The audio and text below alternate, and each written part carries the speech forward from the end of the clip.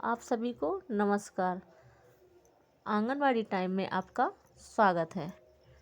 आज हम देख रहे हैं कि जो हिंदुस्तान अखबार ने कुछ खबर दी है, तो हम हिंदुस्तान अखबार का धन्यवाद करना चाहते हैं कि आंगनवाड़ी बहनों की समस्याओं को शासन प्रशासन और आम जनता तक पहुंचाने का काम किया है। किलकारियों से भरे आंगन में समस्याओं की गूंज। ग्रामीण और शहरी समाज में जमीनी स्तर पर बदलाव लाने में खास भूमिका निभाने वाली आंगनबाड़ी कार्यकर्तियों का मुख्य काम बच्चों और गर्भवती महिलाओं के पोषण और शिक्षा स्वास्थ्य को बेहतर बनाना है। यशोदा माँ के दर्जे से नवाजी गई इन महिलाओं की अपनी समस्याएं हैं। मुख्य कार्य के अलावा तमाम जिम्मेदारियां दी जाती हैं। इसके अलावा काम के घंटे भी तय नहीं हैं। ग्रामीण क्षेत्र में किराए के जर्जर भवन में चल रहे आंगनबाड़ी केंद्रों पर हमेशा डर के साए में बच्चों को पढ़ाती हैं।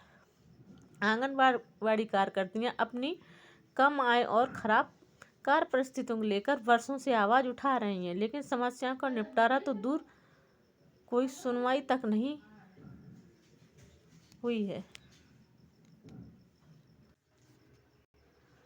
आपके अपने अखबार हिंदुस्तान से कार्यकर्तियों ने अपनी रोज की समस्याओं पर खुलकर बात की। आंगनबाड़ी संघ की जिलाध्यक्ष संगीता सिंह ने बताया कि मोबाइल फ़ोन दिए गए हैं, लेकिन इनकी गुणवत्ता बेहद खराब है। डाटा एंट्री आदि के लिए ज़रूरी इंटरनेट रिचार्ज का खर्च खुद उठाना पड़ता है। बच्चों को क ख ग सिखाने से लेकर उनके अन्नप्राशन तक की जिम्मेदारी निभाने वाली आंगनबाड़ी कार्यकर्तियाँ यशोदा माँ के रूप में जरूर जानी जाती हैं, लेकिन इनकी स्थिति दयनीय है। बोली, हमारे आंगन को भी तो खुशहाली का थोड़ा हिस्सा मिले। सुधा वर्मा कहती हैं कि कब तक हम ऐसे ही मनरेगा मजदूरों से कम मानदेय पर काम करते रहेंगे। जो मानदेय दिया जाता है, मोबाइल रिचार्ज तो कराना पड़ता है। साथ ही सरकारी कार्य के लिए जो स्टेशनरी की ज़रूरत पड़ती है, उसे भी हम अपने पैसे से खरीदती हैं। कार्यकर्तियां कहती हैं कि जहां प्राथमिक शिक्षकों को ग्रीष्मकालीन शीतकालीन अवकाश जैसी सुविधाएं मिलती हैं, वहीं हमें साल भर बिना किसी ड्यूटी के काम करना पड़ता है।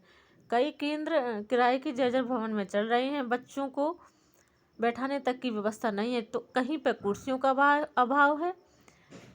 बच्चों की संख्या कम होती है तो जिम्मेदारी भी हमारे ऊपर डाल दी जाती है। पोषाहार की गुणवत्ता खराब होने से अभिभावक बच्चों को केंद्र पर नहीं भेजते हैं। जालौन के 9 ब्लॉकों में 1815 आंगनवाड़ी केंद्र में 1366 आंगनवाड़ी कार्यकर्तियां हैं। शासन और प्रशासन की तमाम योजनाओं में अहम भूमिका निभाने वाली आंगनवाड़ी कार्यकर्तियां हर रोज तमाम बुनियादी सुविधाओं और ज़रूरत से जूझ रही हैं।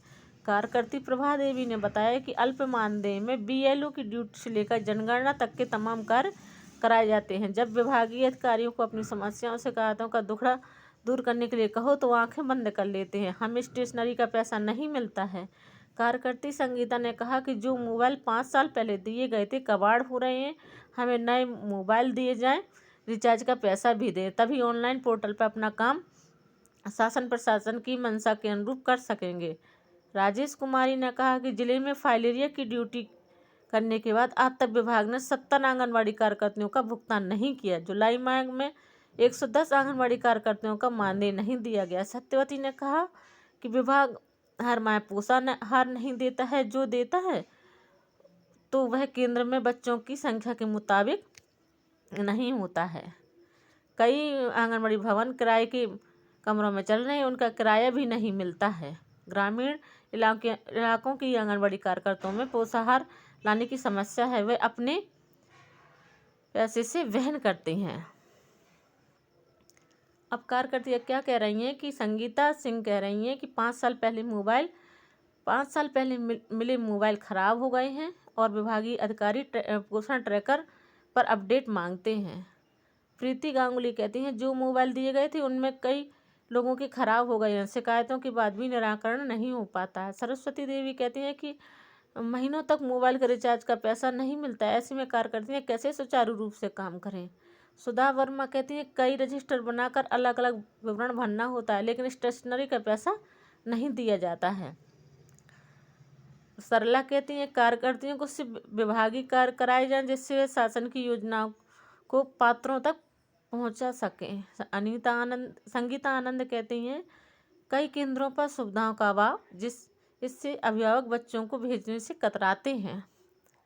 रीना वर्मा कहती हैं चुनाव सर्वे स्वास्थ्य से लेकर कई काम करने पड़ते हैं, इससे कार्यकर्तियों को परेशानी होती है। कई बार मानदेय नीलम जी कहती हैं कि कई बार मानदेय बढ़ाने की मांग उठाई जा चुकी है, लेकिन किसी ने हमारी समस्या नहीं सुनी।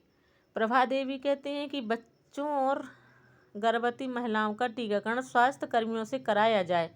सुनीता कहती है आंगनबाड़ी केंद्रों पर बच्चों की बैठाने की बस समस्या है, समय से केंद्रों का किराया भी नहीं मिलता है। सत्यवती कहती हैं कि वितरण के लिए आने वाला राशन कई बार गुणवत्तापरक नहीं होता है, अभिभावकों की नाराजगी का सामना करना पड़ता है। राम जानकी कह रही हैं कई केंद्रों पर बैठने के लिए कुर्सियां तक की व्यवस्था नहीं है, इन समस्याओं का निराकरण कराया जाए।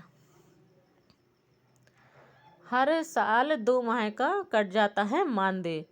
विश्व मोहिनी शुक्ला ने बताया कि आंगनबाड़ी कार्यकर्तियों को साल में 10 माह का वेतन मिलता है, 2 माह का वेतन काट लिया जाता है जो परिवार के भरण पोषण के लिए पर्याप्त नहीं होता। यह मानदेय हमारी आजीविका का साधन है, अगर बेहतर मानदेय नहीं मिलेगा तो काम कैसे चलेगा, इसकी बार बार मांग उठाई जाती है, लेकिन इस पर प्रभावी तरीका से कोई चर्चा नहीं बनी हुई है। आंगनबाड़ी कार्यकर्ती रीना वर्मा ने कहा कि 5 साल पहले जो मोबाइल दिए गए थे खराब हो गए हैं, जबकि विभाग के अधिकारी रोजाना पोषण ट्रैकर पर अपडेट मांगते हैं। ऐसे में खराब मोबाइल पर हम कैसे काम करें। इसके अलावा मोबाइल रिचार्ज का पैसा भी नहीं दिया जाता है। अब जो सुझाव है वो है कि आंगन कार्यकर्तियों को मूल कार्य की जगह दूसरे काम ना दिए जाएं, स्थायी कर्मचारी का दर्जा देकर पेंशन व अन्य सुविधाएं मिले, पोषण वितरण की बजाय लाभार्थी खातों में धनराशि स्थानांतरित की जाए, 6 खातों की व्यवस्था खत्म कर स्वतंत्र रूप से काम करने का अधिकार दिया जाए, तकनीकी समस्याओं को हल करने के लिए उन्हें आवश्यक प्रशिक्षण और बेहतर उपकरण प्रदान किए जाएं, अन्य सुविधाओं से अन्य कार्यों से मुक्त किया जाए, अवकाश और प्रमोशन की व्यवस्था लागू की जाए, प्रोत्साहन राशि का भुगतान नियमित रूप से किया जाए। अब शिकायतें क्या हैं कि वर्तमान में मिलने वाला मानदेय मेहनत और जिम्मेदारियों से बहुत कम है, के हिसाब से बहुत कम है। तमाम सरकारी योजनाओं को धरातल पर उतारने के बाद भी स्थायी कर्मचारी का दर्जा नहीं है। प्रधान व सभासद समय पर बैंक के खाते से पैसा निकाल कर नहीं देते हैं, कार्य प्रभावित होता है। घटिया मोबाइल फ़ोन दिया गया, रिचार्ज का पैसा नहीं मिलता है। प्राइमरी शिक्षकों की तरह हमें भी एक भी दिन का अवकाश मिले, मूल काम के अलावा BLO जनगणना पोलियो अभियान अन्य जिम्मेदारी दी गई हैं। इसी तरह आंगनवाड़ी बहनों की बहुत सारी समस्याएं हैं। ऐसी सारी जानकारी देने के